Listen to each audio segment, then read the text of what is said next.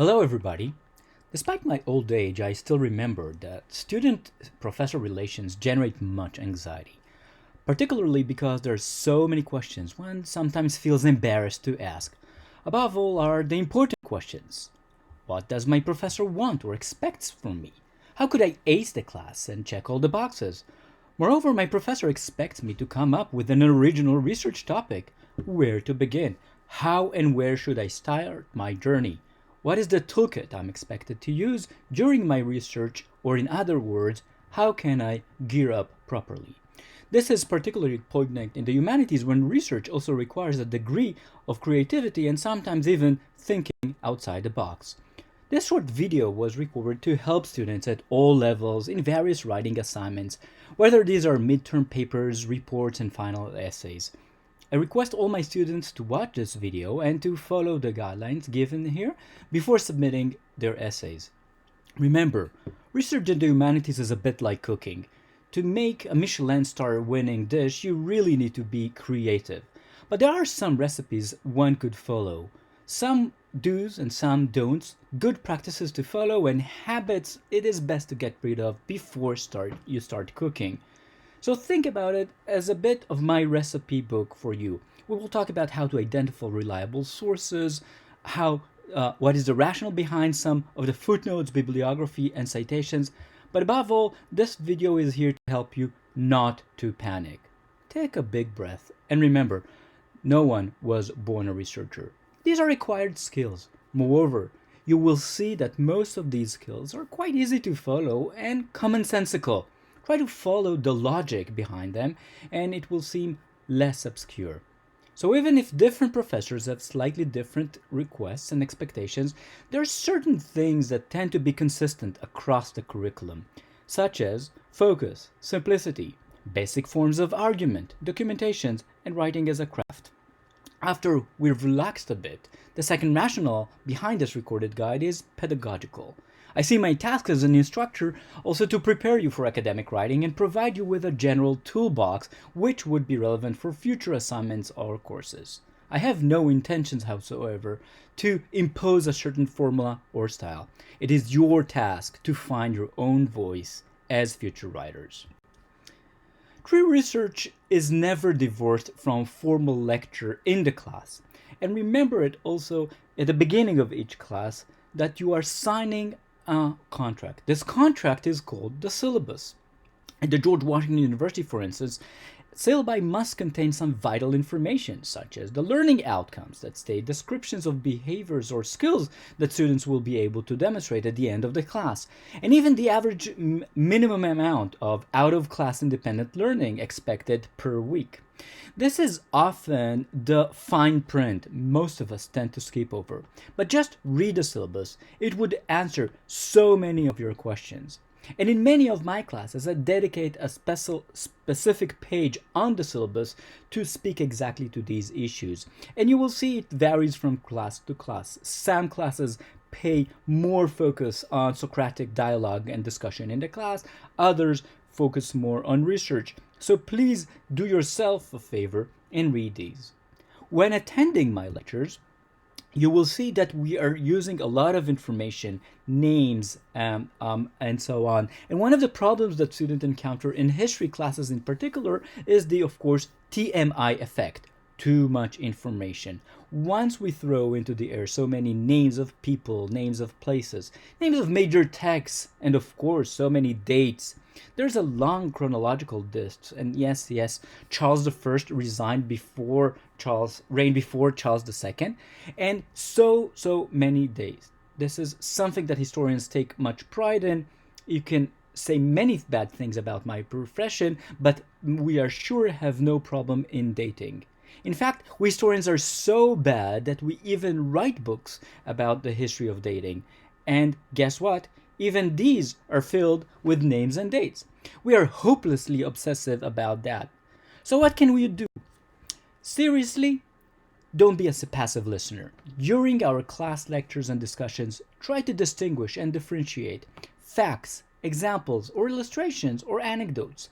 When we are discussing a key concept or a landmark event, one type of attention is required from you. But when we are using it as an example or tell a little story, an anecdote, a vignette, these are meant to illustrate something bigger. Learning happens in the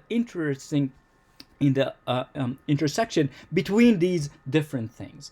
Try to focus and understand what is the key sentence and the key dates. Often, to make life easier, I create a roadmap. Each lecture often is followed by a handout, and that can be trickled down to not more than 1 or 2 pages, about half a dozen of index cards if you'd like. It's always a good practice. And since we're talking about history, context is the big word. How to contextualize? Well, this is basically the oldest trick in the book. A standard series of questions has been the way of formulating or analyzing rhetorical questions since classical antiquity. These are the 5 W's, sometimes defined as the key questions that you should try and answer before approaching any type of source. Who was involved or is the author of the text I'm writing? What happened? When did it take place? Where did it take place? Why did that happen? And some authors even add a sixth question, how, to the list, though how can be also covered by what, when, or where. How that thing may have happened. This is a trick that goes all the way back to Cicero. So whenever I'm assigning you a text, especially a primary text, try to situate this in time and place by starting to answer these 6 questions. Now, what am I reading? Am I reading a speech? Am I reading a document that was formulated by an office, a bureau in the government? Is it an essay? Am I reading it in the original? Where was it written? If I'm writing or reading a translation, when did the translation take place?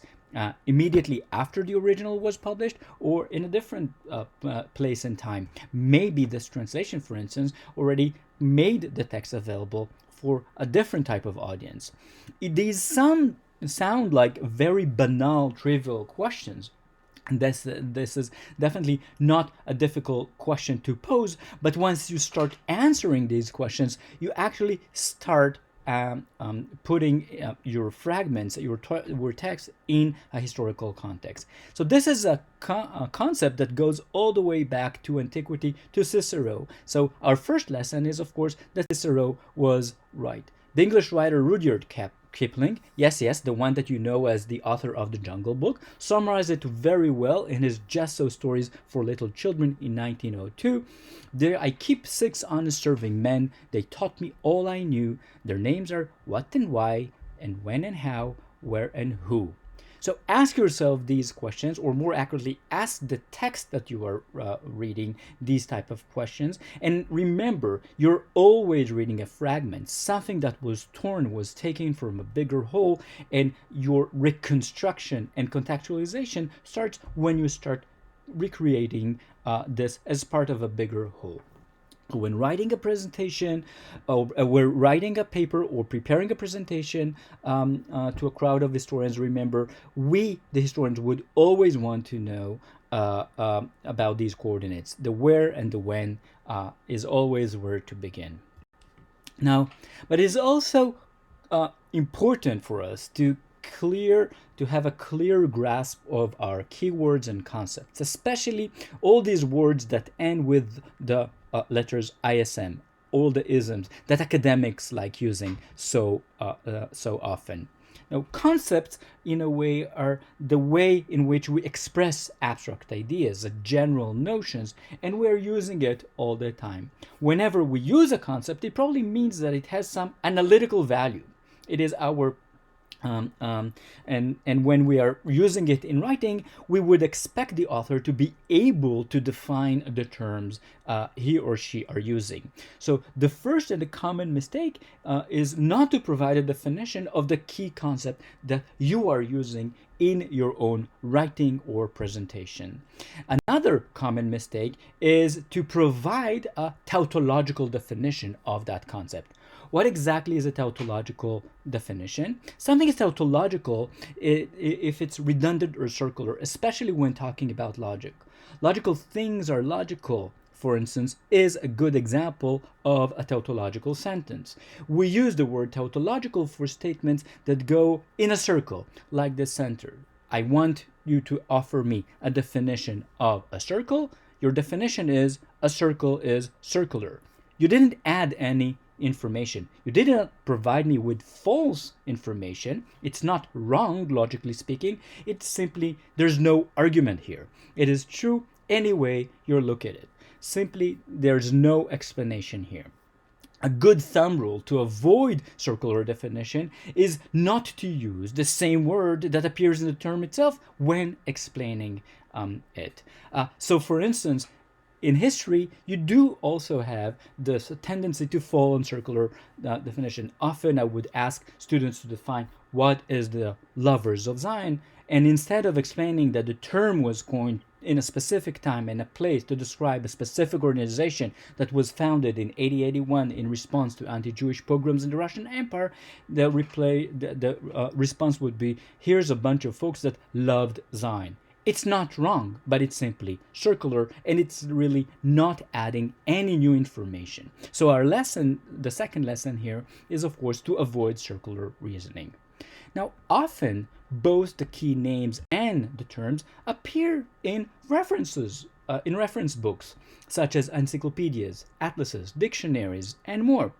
I would encourage you to use them. They're there exactly for you to use them. You're not expected to memorize everything. We're living in a brave new world. So many of these are now available online. But here we reach maybe one of the key stumbling points, and something that is probably a very common question. Professor, may I use Wikipedia? The question, of course, goes back to you. Is it reliable? Is it trustworthy? Wikipedia is a wonderful source, but it is full with many, many problems. We don't know exactly who is the author of the entry, and whether the entry we read a couple of hours ago was not edited and changed radically in the last 2 hours. Moreover, the more likely the subject is touchy or charged emotionally or politically, the more likely it is that the entry would be questionable. There's a constant flux here, and there's a huge gap and differences between the languages. So a same entry that for the same concept that appears, let's say, in English, Arabic, and Hebrew would produce a very different type of result. Part of the big problem with Wikipedia is that it actually mixes 90 or even sometimes 99% of true facts with 1 or 2 nasty facts that are incorrect, but they're well disguised into the thread of the narrative. I have many examples through the last years of teaching at GW. I once read an entry about a brilliant German intellectual, and everything was true and accurate, but in passing, the Wikipedia entry mentioned also the fact that he was one of the authors of the Israeli Constitution. And I wondered to myself, since when Israel had a constitution? Or, for instance, I read a brilliant entry about Max Nordau, and in passing it mentioned the fact that in 1903 someone tried to assassinate him. Well, as far as we know, it's a myth that was created way after Nordau died due to natural causes, and this is a myth that was produced after his death and then was reproduced time and again through Wikipedia. Because we do not have the evidence to support this, don't trust it too much. If you have a fact that appears both in Wikipedia and other more reliable sources, that's a different place to go. So I'm not saying don't avoid using it altogether, maybe as an initial inquiry, but don't trust it blindly. Really take everything that is written on Wikipedia with a huge grain of salt. So what should we do? There's so many excellent encyclopedias out there that even are available for you for free online. One of the finest examples in the field of modern Jewish history is, for instance, the Evo Encyclopedia of the Jews of Eastern Europe. The entries there were written by the seminal experts, whether it's on history or literature, on the history and the culture of the Jews of Eastern Europe, and every entry also provides not only the name of the author, but also references to additional readings of sources that were written by experts in the field, and often also will show you where are the relevant archives and documents related to that topic. So in a way, if you follow these good practices during the lectures, you already start to gear up for your research. And so these are good practices that you should turn into a habit, and once you will use them during your research, you're already putting yourself on a firm and more established ground. So let us say a few words now about where to identify reliable sources and secondary literature, and a few words about footnotes and citations. Now, to answer the question of where to start my research, the answer is quite simple. The library. The Gelman Library at GW is a wonderful place where you can find numerous primary sources as well as secondary sources. And I know that often students assume that entry into the building means that I only need to look for information that comes in the form of books on stacks, but actually so much of the answer before you enter the building, so many of the questions should be posed first and foremost through the library webpage, for which you will see that often you will be relying either on electronic books or on articles that are available for you online. So the library also is subscribed to numerous databases, and I would recommend that you would use the library homepage as your gate into research, almost as a portal, not the Google search bar, but actually the library homepage. If you would look also carefully at the library homepage, you will see that the library also offers numerous tutorials on how to use these databases, and the staff at Gelman really made a phenomenal work in helping you to start your research as well. So I would recommend taking a look at their videos as well, and you can access them, as you can see from the screenshot, from the library homepage under the research tab in the main menu.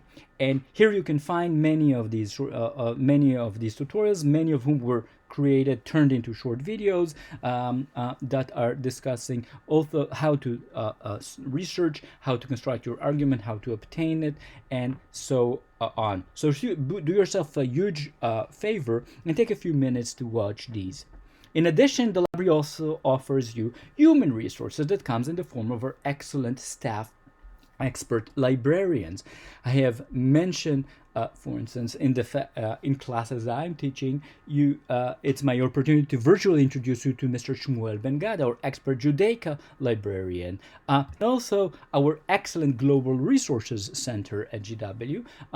For instance, one of the staff members at the center, Dr. Mark Yofo, is the librarian for Russia, Eurasia, Central and Eastern Europe. He knows quite a bit when it comes to Jewish history as well, and in particular in Eastern European and the Soviet sphere. So you can schedule appointments with all these librarians for consultation and more. Again, plan your time in advance. Better to start early rather than at the very last phases of the semester when the library is busy and packed. I would like to dedicate a few minutes now to talk quickly about footnotes and answer the basic question that sometimes bothers students. When should I place a footnote? And should I panic about citations styles? So footnotes are, of course, one of those notes that are placed at the bottom of the page. They cite references or comment on a designated part of the text above it. So when should I use them? What is the source of the obsession of scholars with footnotes? So one of the distinctive features of academic writing is exactly the extensive use we are using on citation of sources. They are there to allow us to see what evidences you as a writer rely on when proposing this or that argument. Note shows us that the author of the text supports her or his claim by firm evidence. And this is by drawing a clear line between the narrative that would appear in the body text and the identification of the sources that will go into these footnotes. So footnotes ideally should identify and discuss our sources. Matters that relate to our subject should be discussed in the narrative in the body text. Now, self-discipline in this matter not only trims loaded sources notes, but also produces clearer and cleaner writing. Notice the use of citations with quotes, paraphrases, and summary examples. Here are some examples of sentences, for instance, that I should expect to see a small note or a reference coming at the end of them. Example number 1. A sentence such as this: the size of the Pale of Settlement was approximately 472,490 square miles, or the equal in square kilometers. Now, why should I have a footnote at the end of such a sentence? I'm not expecting this to be common knowledge. It's not something which is a trivial bit of information that everyone knows. And someone used a specific source, either an archival source or a map or an atlas, in order to come up with that number. By showing me where you took this information from, I can see if you are using a reliable source of information or just copy pasting something that is floating out there on the www.cloud. This is a classic example. Another example, a sentence like the following: the French philosopher René Descartes once said, "The reading of all good books is like conversations with the finest minds of past centuries." Why should I have a footnote here? The example is very clear. I'm citing René Descartes. So if he actually argued this or wrote it in a book, I want to see exactly in what book, on which chapter and page, in what year this sentence was uttered. Otherwise, I cannot trust you that this is really a genuine sentence that is attributed to René Descartes. Maybe it is something that someone on the internet, maybe jokingly, just attributed to him, and we have no firm evidence to support the argument that it is actually uttered by this individual. A third last example.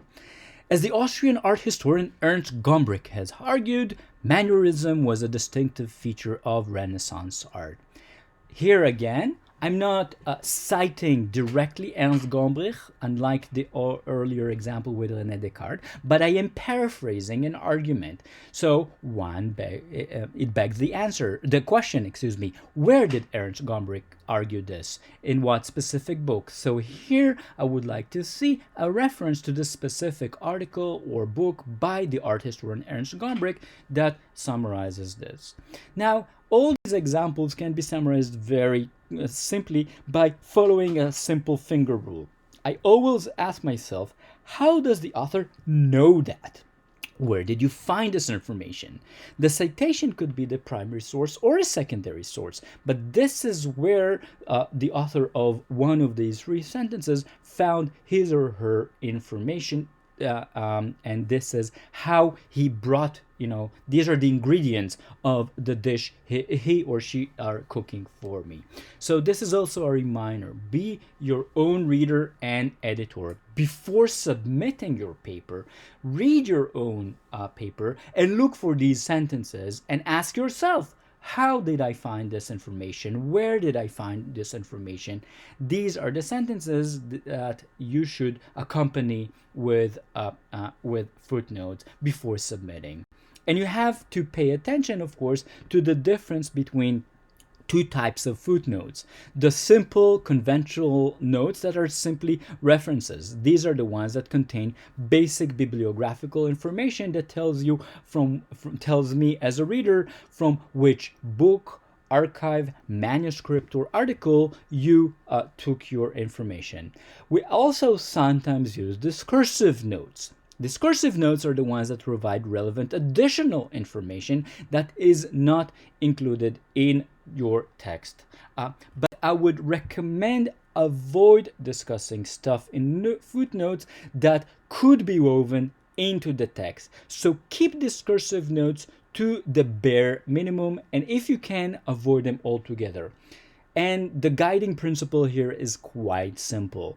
If this is important information, there's no reason for it not to go into the body text. If it's not important, I should delete it altogether. Do not treat your footnotes as a parallel additional layer of text and argumentation on top or running parallel to the body text. The body text should tell the story and provide me with the information. The footnotes provide me with the evidences and the references. Lastly, I would also want to encourage you to make use of the many services GW offers you, such as a writing center, in which you can schedule an appointment with a staff member that will help you go over your draft before submitting them. This is also my opportunity to highlight the fact that I uploaded to my website a quick introduction to the Chicago Manual of Style, and that will give you the basic information about how to cite in different ways and styles. For my history students, I would recommend following the Chicago Manual of Style in all your papers. In some other classes I'm offering outside the history department, I am open to different types of citations as long as the author is consistent. One must not mix between MLA style, Chicago style, or different types of references within the same paper. So if you're familiar with one style and you mastered it, follow it consistently, never mix between the different styles. And this is especially important because we are often citing by copying a citation from an existing article. Each journal has its own preferred citation style, so make sure that if you are simply copying, that you are making sure that you haven't copied a different type of style. In the manual I prepared for you, I also gave some examples of how to refer to text in Hebrew with small tweaks that are important for the few of you that might submit papers for me in Hebrew, and also a list of all the common Latin abbreviations that you often encounter in writing or sometimes would use in your own writing when, for instance, referring to the same book or article by using the famous IBID abbreviation, or to the same author using the IDEM abbreviation, and so on and so forth. No one expects you to memorize these by heart. These are simply commonly used in the literature. Lastly, if you are interested in improving your writing, there are several mini classics in the field, the numerous other self-help guide literature that is out there. So no matter what is your major or your career plans, learning how to write well is one of the most important things you can do in college, and it is potentially one of the most fulfilling goals. Among the many books of nonfiction writing, I have three favorites. Ken McCrory, Telling Writing is maybe one of the good example places to go to, but I would also recommend William Zinser's classic On Writing Well, this classic guide to writing nonfiction, and also the elements of style. And for questions relating to punctuation, I would recommend Lynn Church's Eat, Shoots, and Leaves, the zero tolerance approach to punctuation. And for comprehensive guidelines on everything from grammar to quotations, use the online version of the Chicago Manual Style, which is simply accessible for you online through the library catalog. I started this video talking about three types of things I and probably most of my colleagues would like to see in the papers we read, namely focus on simplicity, basic forms of argument, documentation, and writing as a craft. So to conclude this video, I would like to summarize it by offering you the following abbreviation: the GCCF. Grammar. Before submitting your paper, try and check your own grammar and be your own editor. Is every sentence complete, not a fragment? Do the subject and the predicate agree number in each sentence? Is every word spelled correctly? Don't trust your word speller alone when doing this. Are the sentences punctuated correctly? Are words capitalized properly? And so on and so forth. Clarity. Is any expression ambiguous, too vague, or obscure? Do you provide accurate definitions of the concepts you employ and avoid using circular definition? Is the thesis or the purpose of the thesis stated explicitly or in a clear way? Do you support your argument using secondary literature that is cited in your footnotes? Are the quotation where needed and accurate citations to these quotations is included in your paper? And the second C is coherence. Do you break your argument into paragraphs or subsections? Do you write extremely short paragraph, only 1 or 2 sentences long? That's a problem. If you're writing extremely long paragraphs, 1 or 2 pages long, it's also a problem. So try to think about how a paragraph expresses an argument or an idea and the flow of your argument. Is each paragraph clearly related to those before it and after it? Is each sentence clearly related to those before it and after it? And lastly, focus. Do you state clearly your purpose and the aim of the paper? Does the statement appear in the beginning of the paper, or is it hidden somewhere else that it's hard for the reader to find? Does your conclusion tie your thesis and support the argument? So think about the focus a bit like the 2 pieces of bread that hold your sandwich together. You start by saying what you are about to do in your paper, and you concluded by saying, this is what I've done. In between comes the argument and the evidences and the heart of the paper itself, the crux of the matter. But in order to hold this together, you really need to give us a good wrapping. Think about these as a holy quartet that includes grammar, clarity, coherence, and focus. And again, be your own editor and read your own paper before submitting it. There's no reason for you not to ace the class. History, remember, is not about memorizing dates, names. It's about thinking. I'm not trying to compete with computers that can retain far more information than I could, nor do I want my student to simply memorize by heart names and dates and then vomit it back on the page before me.